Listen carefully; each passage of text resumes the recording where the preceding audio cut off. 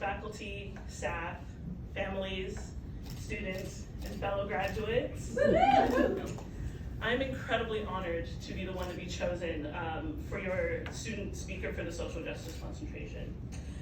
To be nominated out of such a group of wonderfully talented, brilliant, and lauded students really means the world to me.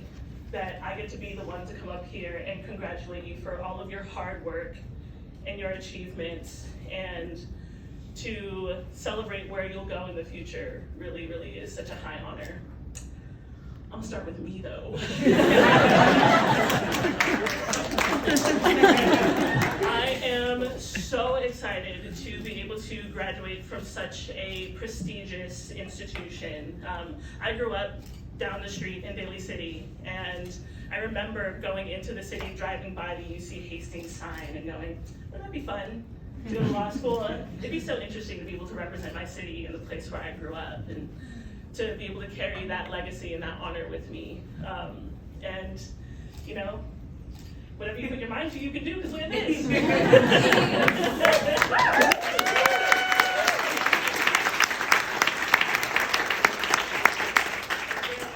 So many people who got me to the position that I'm in, from my wonderful mentors, the amazing faculty at this school, the incredible staff who have done so much to support my programs, my endeavors, and my mental health. All of the professors that really, really, really stuck by and cared about our students, and the students themselves.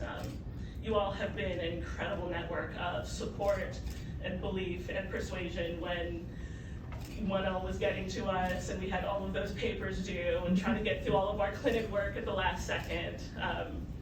Having such wonderful support meant the world to me, both inside this building and out. I wouldn't be anywhere without my amazing family.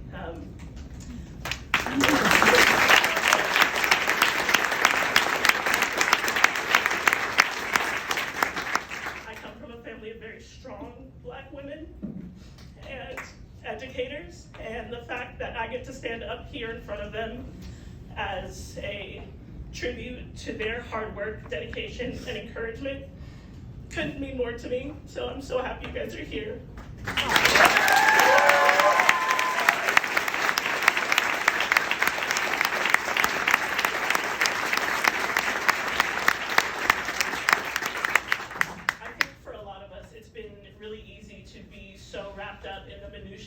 Of getting out of this building to getting all of our finals turned in and paying over $1,000 and whatever many dollars we all paid to get our bar prep done, to remember that this is such a hallmark crowning achievement. I am so proud of each and every one of you for putting in the time, the effort, and the dedication that it took to walk through these halls every day, to put in the hours that you did, to sacrifice what you did to get into this room. And I'm so proud to be here, to be the one honoring you this way. I step back and recall the first day of social justice concentration, where we all went around a circle for I think a good 2 hours, just talking about why we were even here in the first place, to kind of boost morale. And I recall just being in awe of all of the various reasons that brought people here, from personal testimony about family struggles to experience with the law that people thought was unfair. And all of those stories had the same shared value of wanting to go out into the world and be the person that they wanted to see making the change in the world. There are so many inspiring motivators and leaders and collaborators in this room. And I am so excited that you all are the people that I went to school with. The world that we're stepping out of here into is extremely scary. I've had so many conversations with so many people about the fear that we all have that this is just the beginning, that in a few short weeks we have seen a serious degradation in respect for the Constitution, for the rule of law, for individual sanctity, for people's identity, for the preservation of their good and well-being. And there are so many ways and so many institutions that are being attacked just for trying to better the world.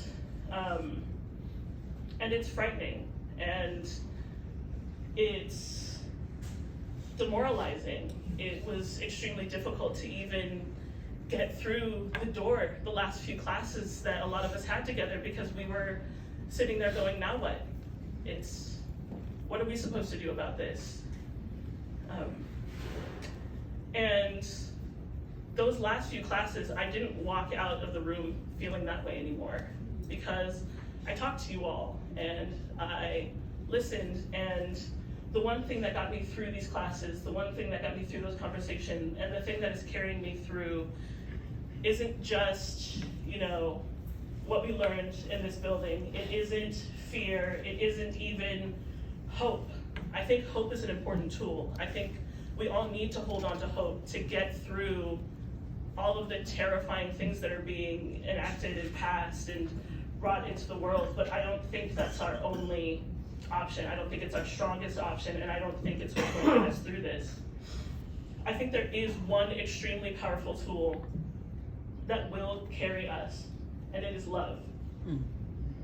I think Dean Gabrielson captured it perfectly before, is that I couldn't have done 3 years and thousands of hours and impossible labor and Herculean tasks if I didn't love what I was going to do, if I didn't love all of the people that I did it with, if I didn't love the fact that I'm walking out of here with what I believe is one of the strongest cohort of lawyers, activists, future educators, and workers that are going to come out of this institution. I have so much love for the world that I live in, and it's a world that doesn't love me back. But I'm not gonna let that stop me. I want to bring the love that I have for my community, for my country, and for my people with me when I leave this building. And I want all of you to recall that that love is what's going to carry us all through. That togetherness, that inspiration to work for the love of our fellow man and the betterment of our communities and of everyone is what is going to get us into better times. We've made it through so much, and we will continue to make it as long as we stick together, as long as we continue doing the hard work that it takes to really create positive change, and as long as we remember that we have the tools in our hands now and in the future to work together to create the future that we want to see, that we will build, and that will carry all of us into a better tomorrow. Thank you all so much for being here.